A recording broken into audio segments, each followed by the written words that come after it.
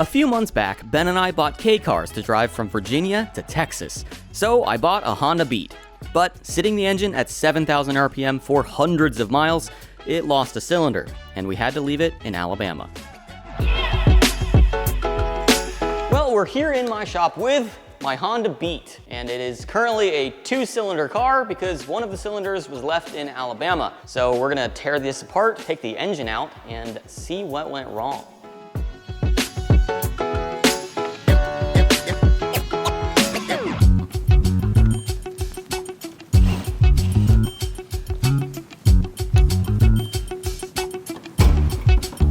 All right, well, now that we're in here, let's go ahead and check the oil. Let's see if it still is as sparkly as it once was. Oh yeah, just beautiful. It's actually not that bad. Huh, oil color is good. I might have just caught it a little too late. Or maybe the issue was that I was sitting at 7,000 RPM for hours on end. And maybe that's not what this car was designed for.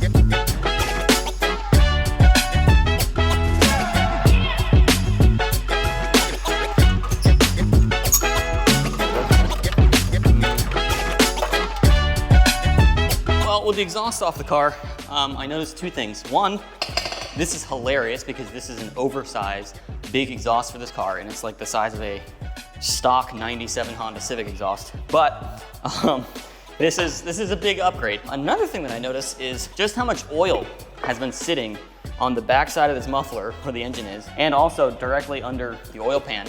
You can see on the piping. The cat, though, is still good. It's still in there and still intact. It wasn't a failure because the cat clogged, so let's keep tearing down.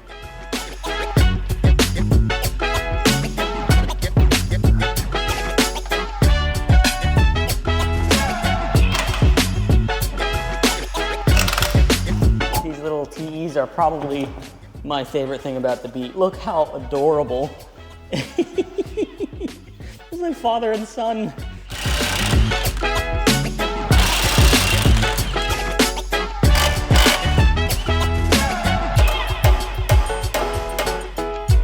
Rubber bushings, not spherical bushings. If this was spherical, it would just go brr.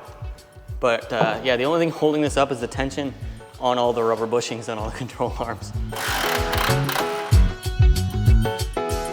So this axle was leaking on the road trip, and I sprayed some Flex Seal on there just to kind of help prevent it from leaking any further. And you know what? It looks terrible, but it did the job. It is no longer leaking, it just looks bad. But the clamps that come on these axles are gross. They're the pull style instead of the clamp style.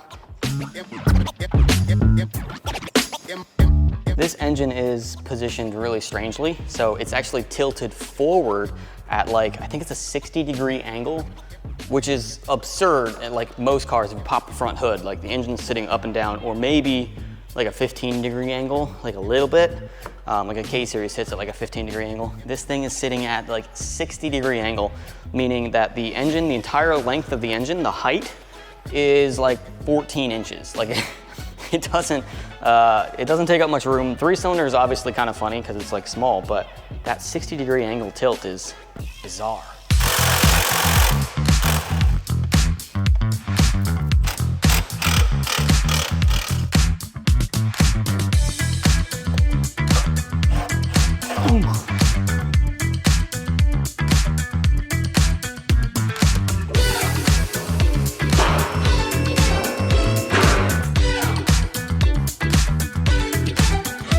So this like black box right here is the fuel tank.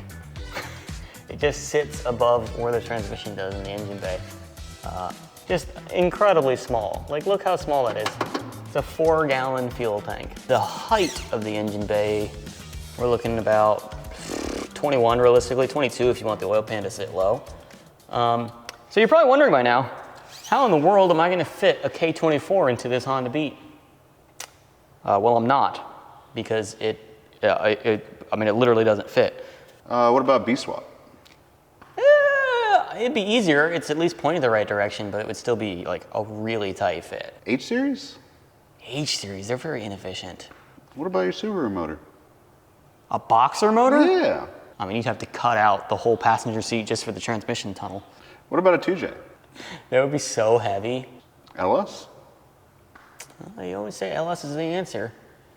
And they are compact for their size. The engine might fit, but where would the transmission go? Bugatti motor? All right, you got it. That's the one. All right. While we're in the middle of this Honda Beat teardown, I wanted to take a pause and talk about another Honda.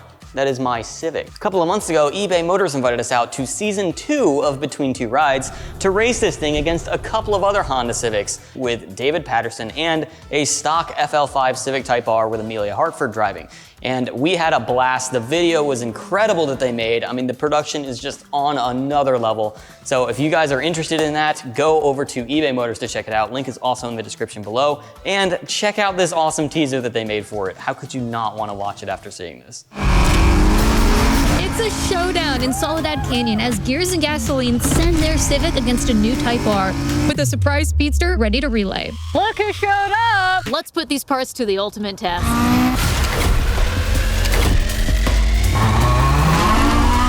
All right, you guys ready to race me? See if you can keep up.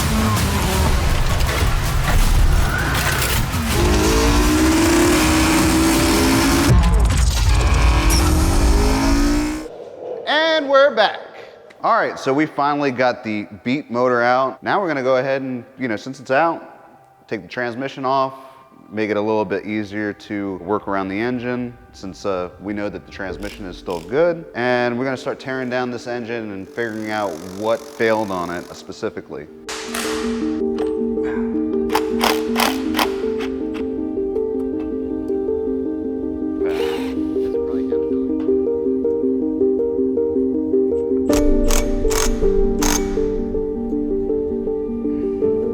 So now that we got the transmission off of the engine, we went ahead and put it on this stand so it's a little bit easier to work with from this height. And me and Ben believe we already know what happened to this engine, but what do you think happened? We're going to investigate bolt by bolt as we tear down the engine. Since one of the first things we need to remove is the timing belt, let's check to see if the engine is still in time.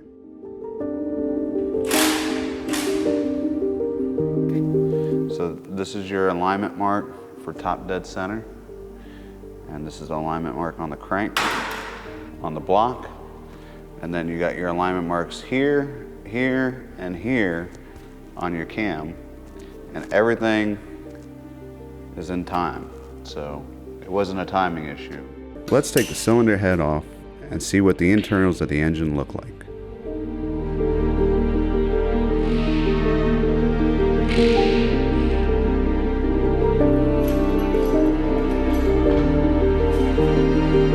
Sure enough, there's a big hole in piston number 1.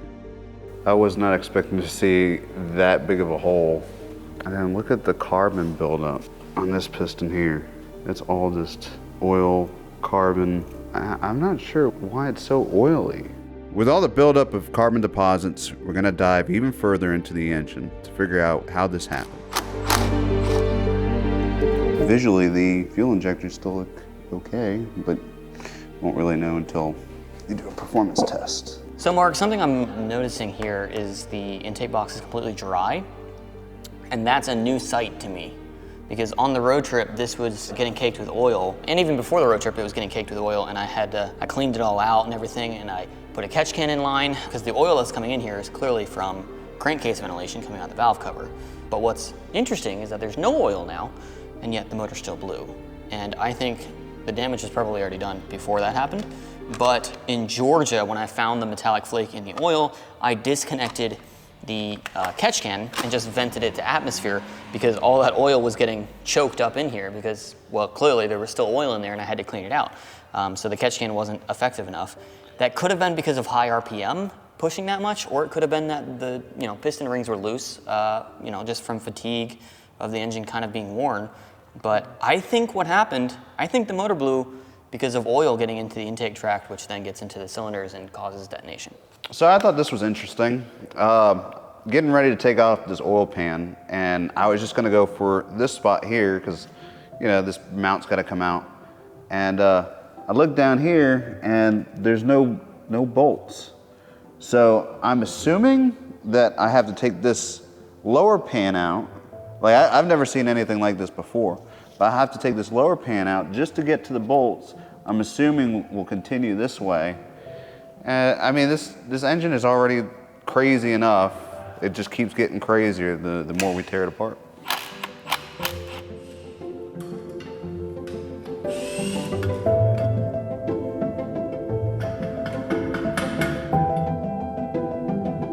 Got one pan off.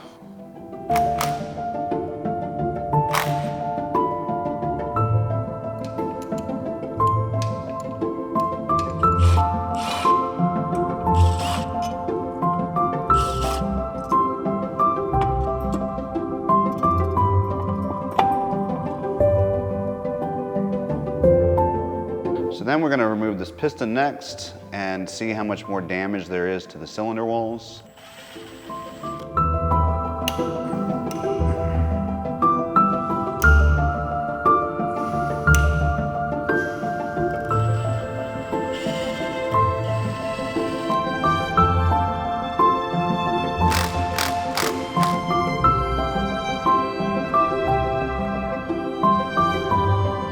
So I know Ben was stopping pretty frequently to check on this motor because he was having issues on his road trip. And you know, he would call me and tell me about how he had glitter in the motor. And it still, you know, has glitter everywhere. Knowing that the metal shavings was going through the oil, going through the bearings, these bearings look very good for, you know, going through what it went through. And it must be due to the Valvoline high mileage oil that he was using. Here's what's left of this particular ring, just completely gone. I think that's the worst of the scoring that I've seen so far, is right here. And I mean, that's not bad at all. Again, for having that much metal go through it. It's got a deep groove in it, and I don't know how deep it is, but I mean, you could feel it with your hand. It's got a good divot in it. And that's probably where that chunk came out that Ben was saying that he found in the oil pan.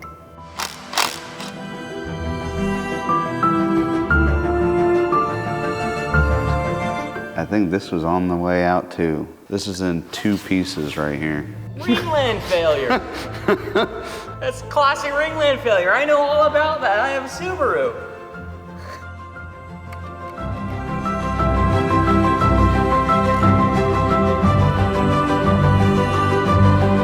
Cylinder 2 was the only one that was still okay, but it was probably on its way out as well. Well, in conclusion, point of failure was definitely piston number 3. I don't know what to call this number, but yeah, that's a pretty catastrophic failure. Also ringland failure, which is kind of comical. Mark, what do you think was the cause of these symptoms? I thought it was a maybe stuck injector at first. We didn't know anything about cylinder 1, but then on further look, I'm gonna say too tight a tolerance for the rings. So when Subaru guys talk about ringland failure, it's the land in between the rings that has cracked off. And I think the ringland failure caused all that blow-by that I was having. I mean, it was shooting oil out, which clearly the oil was passing through probably this piston, maybe not that piston yet, but maybe they both had ringland failure. I mean, that's, you know, you could assume that. Yeah, I mean, it was just based on one. It was a ridiculous amount of blow-by, and I think once you get enough blow-by, I mean, the engine's gonna continue to run with ringland failure. Subarus do it all the time, but once it ingests all that oil, I mean, it was pushing so much oil, and the top of these pistons being this covered in carbon, I think shows that pretty well. It's gonna detonate. I mean, it's not meant to, your engine's not meant to run on burning oil. It's meant to run on high octane fuel that doesn't pre-detonate, and that was what happened. Well, I mean, you look at cylinder 2. Cylinder 2 still looks fine as far as the ringland, but when I was taking it out, it was loose at first, and then when I started getting close to the top of the piston, it started to get really, really tight. Like I could not push it out with my hand, and the other two obviously was able to be pushed out. And so either there's something going on with that cylinder, or just the rings were too tight. Yeah, I mean, with the ring tolerance being so tight that I can basically not even see it, it's kind of weird because this engine is supposed to have like 180,000 kilometers, which is like, I don't know, 110, 120,000 miles. On an engine like this that's seeing high RPM, you would expect these piston rings to be kind of worn out and loose, which is what I thought was happening. Well, not only that, but you know, because of how old it is, I would assume that the tolerances would be pretty loose. Yeah, so I mean, conclusion, the engine was rebuilt before? That's what I'm assuming, that the engine was rebuilt. Yeah, it feels easy to just kind of blame somebody else, but I think in this case, it seems kind of obvious that somebody else failed to get the ring gap set correctly when they put the engine together. Or maybe just the ring gap got tight with all the heat. All right, so K-swap? It's not gonna fit, unless you want it to drag on the ground or stick out of the trunk. What we could do is we can get a B series or maybe even a D series and just kind of cut one cylinder out.